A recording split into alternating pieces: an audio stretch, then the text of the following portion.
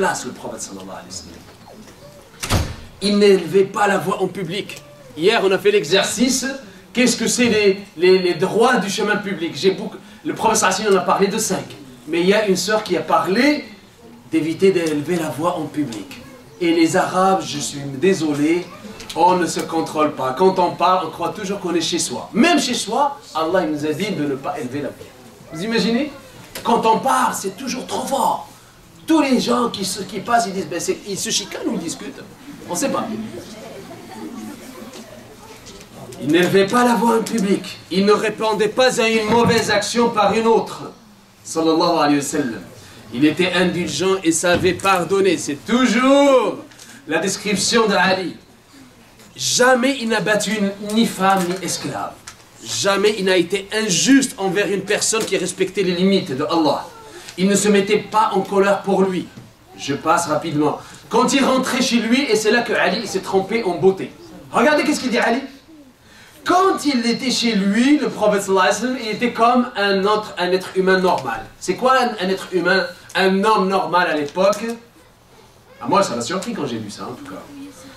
Il arrangeait ses vêtements lui-même. Vous imaginez? Ça, c'est un homme d'il y a 15 siècles. D'accord? Nous, on le fait. Les musulmans, là, maintenant. C'était un homme normal. C'est ça qu'il fait chez lui. Il arrangeait ses vêtements. Il trayait sa brebis. Il s'occupait de ses besoins. C'est lui-même qui fait tout pour ses affaires personnelles. Et même, qu'est-ce qu'elle dit à Aïcha? Comment il était Mohammed sallallahu alayhi wa sallam avec toi, chez toi? Comment il était? Je suis le messager de Dieu et que tout le monde soit à mon service. Comment il était Mohammed sallallahu alayhi wa sallam? Il était au service de sa femme. On n'a pas eu cette éducation-là. Claire. Et c'est ça la méthode du prophète sallallahu alayhi wa sallam. Jamais il ne se levait ni s'asseyait avant de dire Bismillah sallallahu alayhi wa sallam. Quand il était avec les gens, il était comme un d'eux autres. Ils l'ont aimé et chéri comme leur père. Quant à ceux qui venaient l'adresser une prière, ils partaient avec, pas les mains vides, mais avec une parole douce. Le prophète sallallahu alayhi wa sallam, wa ma arsalnaka illa rahmatan lil alamin. Sallallahu alayhi wa sallam. Sa compagnie, son assemblée était une assemblée de science, de pudeur et de loyauté. C'est l'homme le plus généreux, le plus véridique dans ses paroles et dans les actions. De la nature la plus souple et la personne de la meilleure compagnie. C'est toujours les paroles de Ali radiallahu anhu. Ceux qui voyaient ses mains le craignaient. Ceux qui les fréquentaient le connaissaient, l'aimaient et l'estimaient. Jamais, il conclut Ali ibn Abi Talib, jamais on ne vit ni avant lui, ni après lui, un homme qui lui ressembla. Sallallahu alayhi wa sallam. Je vais prendre en fait quelques minutes pour vous parler du prophète sallallahu alayhi wa sallam. Non, c'est pas la bonne. Oui, rapidement. Wallahi, la manière d'aimer le prophète sallallahu alayhi wa sallam, c'est de lire sa sira. De lire sa sira et peut-être même d'aller voir comment les derniers moments du prophète sallallahu alayhi wa sallam, où il nous a légué un message universel. Il a résumé tous les messages de l'islam que je vais essayer de résumer. Je sais que le temps est très court, il me reste quelques minutes. Après avoir loué et remercié Dieu, il a dit: ô peuple, prêtez-moi une oreille attentive, car je ne sais pas si je serai encore parmi vous l'an prochain. Alors écoutez et transmettez mon message à ceux qui sont absents. Ô peuple, il dit le prophète sallallahu alayhi wa sallam, rendez les biens qu'on vous a prêtés à leurs propriétaires de droit. Ne faites pas de mal à personne pour qu'on de façon ne vous fasse pas de mal. Souvenez-vous qu'un jour vous rencontrerez votre Seigneur et il vous demandera des comptes sur vos actions en ce monde. Dieu vous a interdit riba. Riba. J'ai été dans une banque il y a de ça 10 ans. Moi, un frère, la banque Ben, je dis, il y a 120 000 ou 110 000 musulmans, on cherche juste à avoir une formule islamique. C'est quoi votre formule islamique? Je lui ai expliqué. Il m'a dit, monsieur, vous représentez personne. Regardez, j'ai toute une pile de Mohammed, Mustafa, Aisha, Fatima, tu ne représentes personne. Alors, toute obligation usuraire est désormais haram. Toute personne qui utilise la riba, elle se bat avec un épée, comme il dit le prophète sallallahu alayhi wa sallam, contre Allah subhanahu wa ta'ala. Donc je vais passer jusqu'à ce que le prophète sallallahu alayhi wa sallam dit: faites attention au diable pour le bien de votre religion. Il a perdu tout espoir de vous égarer par les grands péchés. Alors faites attention de le suivre dans les petits péchés. Au peuple, 3 fois, il va rappeler pendant ce serment de prendre soin de quoi? 3 fois.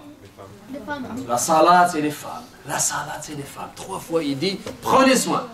Il est vrai que vous avez des droits sur vos femmes, mais elles ont aussi des droits sur vous.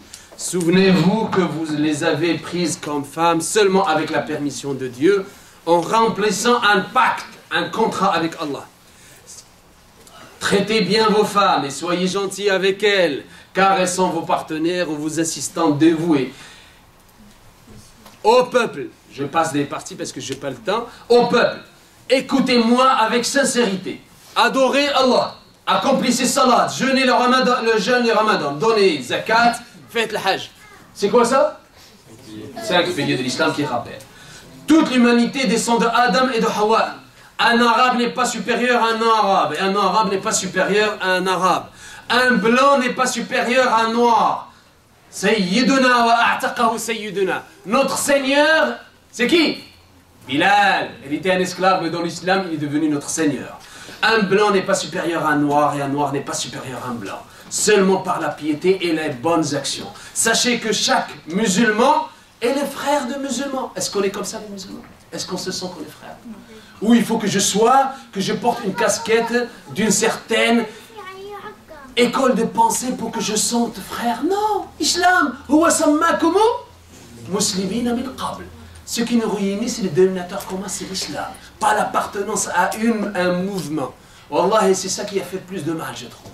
Moi, ma casquette, c'est l'islam. Tous ceux qui cherchent des casquettes, ils sortent du cadre de l'islam parce que Allah nous a appelés huwa sammakumu muslimina min qabl. Innamal mu'minuna ikhwa. Le bien d'autrui n'est pas légitime pour un musulman, excepté celui que son frère lui donne de plein gré. Alors ne vous faites pas d'injustice, vous répondrez devant Allah. Aucun prophète ne viendra après moi. Raisonnez bien alors, ô peuple, et comprenez le moi que je vous transmets. Je laisse derrière moi deux références, le Coran et la Sunna. Accrochez-vous à ces 2 références. Sois témoin, Allah, que j'ai transmis ton message. Ô gens, celui à qui j'ai tapé le dos, voici mon dos qu'il prenne sa revanche. Oh les gens, voilà, celui à qui j'ai insulté l'honneur, voici mon honneur qu'il prenne sa revanche. Quelqu'un qui se prépare pour rencontrer Allah, c'est comme ça qu'il doit faire, justice ici avant qu'elle soit faite dans l'au-delà. Oh gens, celui à qui j'ai emprunté de l'argent, oh, voici mon argent. Le prophète sallallahu alayhi wa sallam a dit, oh gens, ne craignez point de ressentiment de ma part. Je veux seulement rencontrer mon Seigneur sans aucune dette envers quelqu'un de si bas. Alors un homme, il a dit, Ya Rasulallah, tu me dois 3 dinars. 3 dinars. Il a dit, venez les prendre. Quelqu'un a dit, Ya Rasulallah, un jour tu m'as piqué ici. Je veux faire justice ici. Il a découvert son ventre. Il a fait quoi, ces sahabis? Il a passé en fait ses lèvres sur son ventre. Il dit, le dernier moment, c'est mes lèvres sur la ventre du prophète sallallahu alayhi wa sallam. Oh gens, notre rendez-vous c'est où? Al-Hawd. Pas ici, mais là-bas, dans le bassin Al-Hawd, le Kautar. Oh gens, par Allah, ce n'est pas la pauvreté que je redoute pour vous. Je redoute plutôt que les biens de l'ici-bas ne vous soient largement offerts, comme ils l'ont été à vos prédécesseurs, et que dans votre émulation à les acquérir, vous ne trouviez comme eux votre perte. Ô gens, soyez pieux et ne manquez jamais la salat. Qui est-ce qui a fait salat al-fajr dans le masjid Léo? Levez la main. Qui est-ce qui a fait salat al-fajr? Voyez, on a du travail. On a du travail. C'est ça le serment d'adieu du prophète sallallahu alayhi wa sallam. Ne manquez jamais la salat. Craignez Allah et soyez bienveillants à l'égard de vos femmes. Aux gens, Allah a demandé à un serviteur de choisir entre la vie éternelle ici-bas, ou sa rencontre, et qu'est-ce qu'il sera choisi le prophète sallallahu alayhi wa sallam? Personne ne comprenait que ce que le prophète avait prononcé, sauf Abu Bakr. Abu Bakr, tout le monde ne le connaît pas, il a commencé à pleurer. Nafdika bi abaina ya Rasulallah, nafdika bi awladina, bi ummahatina, nafdika bi amwalina ya Rasulallah. Et les gens commençaient en fait à le regarder avec un regard, comme parfois les musulmans se prennent des protecteurs de l'islam. Ah, qu'est-ce qu'il fait lui? C'est qui ce vieillard qui commence à interrompre notre messager? Et le prophète sallallahu alayhi wa sallam a compris le regard de ces gens-là à l'endroit de la personne qu'il aimait le plus, il dit, la personne que j'aime le plus, Khalili, c'est Abu Bakr. Aux gens, laissez Abu Bakr tranquille. Il n'est personne qui m'a rendu un service sans que je l'ai largement récompensé, sauf Abu Bakr. Je n'ai pas eu à le récompenser, alors j'ai laissé Allah pour le récompenser. Que toutes les portes qui donnent sur la mosquée se ferment, sauf la porte d'Abu Bakr. À la fin du sermon, le prophète sallallahu alayhi wa sallam, il a dit, Rahimakumullah, qu'Allah vous protège, qu'Allah vous garde, qu'Allah vous récompense. Aux gens, transmettez mon salam. Pour quiconque, on est tenu de le faire. As-salatu was-salam alayka ya habibi ya Rasulallah. Pour quiconque me suit et croit en moi jusqu'au jour de résurrection. Le prophète sallallahu alayhi wa sallam rentra chez lui exténué. Il s'étendit et mit sa tête dans les bras de sa femme Aïcha. Il a reçu la révélation entre les bras de sa femme Khadija. Il va en fait rencontrer Allah entre les bras de sa deuxième femme Aïcha. Ce sont les derniers instants de sa vie. Et je vais passer cette partie-là. Puis Aïcha, quand il a vu que le prophète sallallahu alayhi wa sallam, il a dit les derniers moments, La ilaha illallah. La ilaha illallah, inna lil mawti la sakarat. Il a dit, Bali rafiq al-a'la, Bali rafiq al-a'la. Et la tête du prophète sallallahu alayhi wa sallam est devenue lourde. Et il a compris que c'est Jibril qui est venu. Et il a compris que Mohammed sallallahu alayhi wa sallam, il est parti. Qu'est-ce qu'elle a fait à Aïcha radiallahu anha? Elle a commencé à pleurer et dire, parce que tous les sahaba sont justement, la mosquée, elle est à côté de la chambre du prophète sallallahu alayhi wa sallam. Elle a crié, elle a dit, Rasulullah himat. Le prophète Mohammed sallallahu alayhi wa sallam était mort. Est-ce qu'il nous manque le prophète sallallahu alayhi wa sallam? Est-ce qu'on est prêt pour le rencontrer, le prophète sallallahu alayhi wa sallam?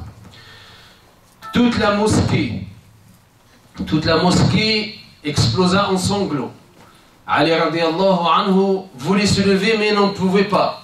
Il n'avait plus les forces pour se tenir sur les pieds parce qu'il a compris que Mohammed sallallahu alayhi wa sallam est mort. Uthman allait et venait ne sachant quoi faire. Omar radiallahu anhu brandissait de son épée, il dit toute personne qui dit que Mohammed est mort, je lui tranche la gorge. Il est parti juste rencontrer Rabbahu comme il a fait Moussa alayhi salam. Le seul qui est resté serein, c'est Abu Bakr, l'homme de la situation encore une fois. Il est entré chez sa fille Aïcha parce qu'il avait ce privilège. Il a découvert la tête du prophète sallallahu alayhi wa sallam. Et il a dit, il a dit, oh mon ami, oh mon prophète, oh mon bien-aimé, sallallahu alayhi wa sallam, parfumé et illuminé, vivant et mort. Il a conclu sa mort, il a compris que le prophète sallallahu alayhi wa sallam est mort, il est sorti rencontrer les sahaba. Omar, avec son épée, il l'a ignoré parce qu'il était en fureur. Il leur a dit, toute personne qui adorait Mohammed, Mohammed est mort. Sallallahu alayhi wa sallam. Toute personne qui adore Allah, Allah éternel. Et c'est comme ça qu'il a montré sa grande sagesse. Radiallahu anhu. Anas, radiallahu anhu, il a dit, le jour où Mohammed est venu à la Médine, toute la Médine s'est illuminée. Le jour où Mohammed est mort, toute la Médine s'est éteinte. On lui dit, qu'est-ce que tu souhaites, Anas? Il reste quelques minutes, je vais terminer, Inch'Allah. Qu'est-ce que tu souhaites, Anas, après la mort du prophète sallallahu alayhi wa sallam? Il dit, je l'ai travaillé, j'ai travaillé et j'étais au service du prophète sallallahu alayhi wa sallam pendant 10 ans. Jamais il m'a dit, ni pourquoi tu as fait ceci, pourquoi tu n'auras pas fait ça. Et je n'ai jamais touché la paume de la main aussi douce que celle de Mohammed sallallahu alayhi wa sallam. Je n'ai jamais vu une personne dont le comportement est meilleur que Mohammed, parce que j'ai travaillé pour lui pendant 10 ans. C'est impossible qu'on soit comme ça. Quelqu'un qui travaille à notre service, un jour, on se déclenche. Il dit, ce que je souhaite dans l'au-delà, c'est qu'il me prenne par mon épaule et il dit, rentre au paradis à Unais. C'est ça ce qu'il souhaite. Umm Ayman, c'est une des servantes de Khadija, radiallahu anha. Et le prophète sallallahu alayhi wa sallam, il avait l'habitude de continuer à rendre sa visite à cette femme, Umm Ayman. C'est de Sunna, ça y est, d'ailleurs. Et Omar et Abu Bakr, ils ont perpétué cette tradition. À la mort du prophète sallallahu alayhi wa sallam, ils sont allés rencontrer Umm Ayman. Et dès qu'elle les a vus, qu'est-ce qu'elle a fait, Umm Ayman? Elle a commencé à pleurer. Pourquoi? Parce que déjà, à l'époque du prophète sallallahu alayhi wa sallam, où est-ce qu'il est Mohammed sallallahu alayhi wa sallam? Toujours Abu Bakr et Omar l'accompagnaient. Là où il était toujours accompagné pour ces deux personnes. La première fois qu'elle va voir le prophète Omar et Abu Bakr sans Mohammed. Elle a commencé à pleurer parce qu'elle a compris que Mohammed est mort.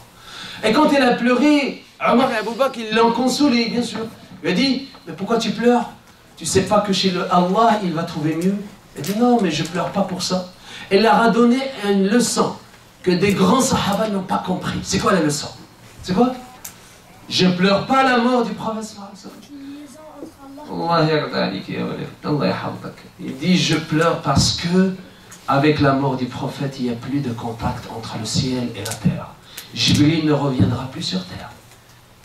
Ah. Les deux sahaba n'ont pas compris ça. Une servante leur a fait expliquer ce sens-là. Ils ont commencé à pleurer. Je termine avec Bilal. Bilal, depuis que le prophète sallallahu alayhi wa sallam est mort, il dit jamais. Deux choses. Je vais quitter la Médine. Pour moi, la Médine sans prophète, je ne peux plus. Je ne peux plus. Et l'adhan, je n'en fais plus. Parce que quand j'ai dit Ashhadu an la ilaha illallah wa ashhadu anna Muhammadan Rasulullah, j'arrive pas. J'arrive pas. Comment on est? Et c'est là, Abu Bakr, un jour, il va le supplier. S'il te plaît, Bilal, s'il te plaît, je t'en prie, fais adhan. Il dit, je ne peux pas. Il l'a fait.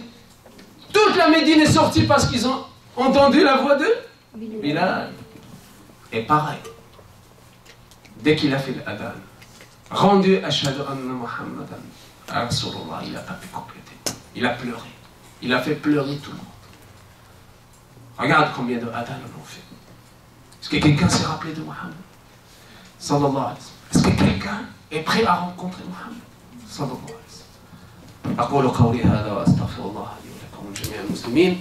سبحان ربك رب العزة عما يصفون وسلام على المرسلين والحمد لله رب العالمين. Avant de partir, j'espère qu'on va s'engager, comme j'ai introduit au début. S'engager depuis maintenant pour deux choses. S'engager tant que Allah nous donne l'âme de vivre, d'être un engagé avec Allah pour être un acteur de ce mouvement de l'islam. D'être engagé. Je vais aussi promettre à Allah de ne jamais manquer Salat, Isha et Fajr dans la mosquée tant que je peux.